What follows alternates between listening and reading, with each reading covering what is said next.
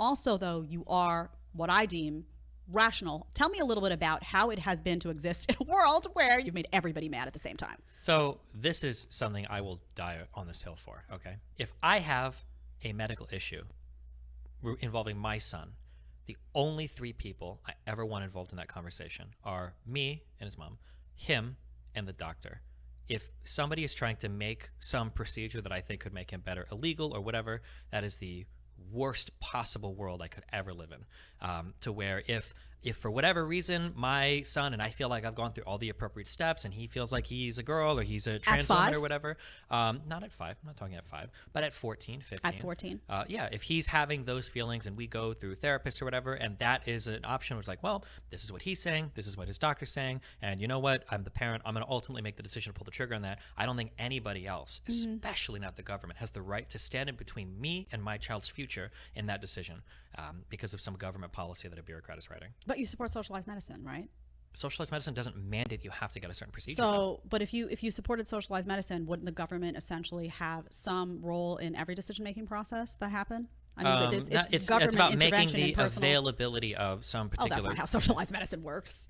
You know, in all countries that have socialized medicine, there's restrictions on certain procedures and not others, and you have people that have to flee those countries. That's the same thing that happens in the United States with insurance companies. Have you ever tried to do an in-network or out-of-network prescription? Obviously, there's going to be some decisions at the end of the day in terms of what is affordable. You said government, but it's fundamentally different between like what is an affordable drug or what's in-network, out-of-network, or what's like an appropriate prescription versus like you're not allowed to do this because ideologically Washington has voted a certain way, and now this type of treatment is available to your child. I think those are fundamentally different types of things. That happens under socialized medicine all the time, where people are told that, oh, you're not entitled to this procedure because we believe that you're old and it's not worth it, and they make decisions about what people can and can't do. Old and not worth. These are fun. If you have somebody that's 87 years old and they're trying to get like a $20 million surgery that might extend their life by like a couple months, that's a fundamentally different question than like. Then the government can come in and say that person's not entitled to that. If it's not going to be the government, it's going to be an insurance company. What do you, no, like, I'm we don't have. We live on a planet of medicine. limited resources. We don't have infinite resources. There's going to be some.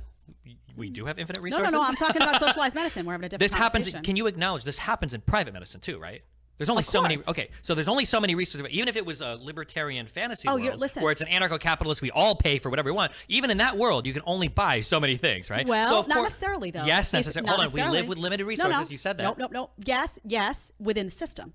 But if you are somebody who went out and made a shit ton of money and you have a shit ton of money in your backyard and you can go to doctors that are not part of the system, you can have access to procedures and treatments that you wouldn't have had. Like, for example, when I had Lyme disease, perfect example, and I went through the system and what they gave me made me sicker and sicker and sicker. And then I found a holistic doctor that didn't take insurance, where it was expensive. And luckily I had saved my money and had that money in bank and went and feel better now than I ever did before. That is why money is freedom.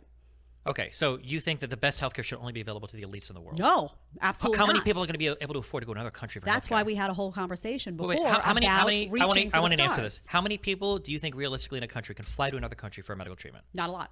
Give me a percentage. Oh, small amount. I don't know. Like less than 2, probably. Yeah, sure. Right?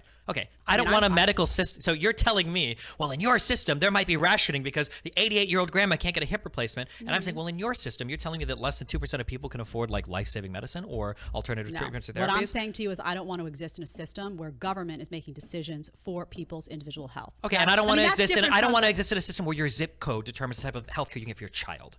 That's a crime. Okay, so you want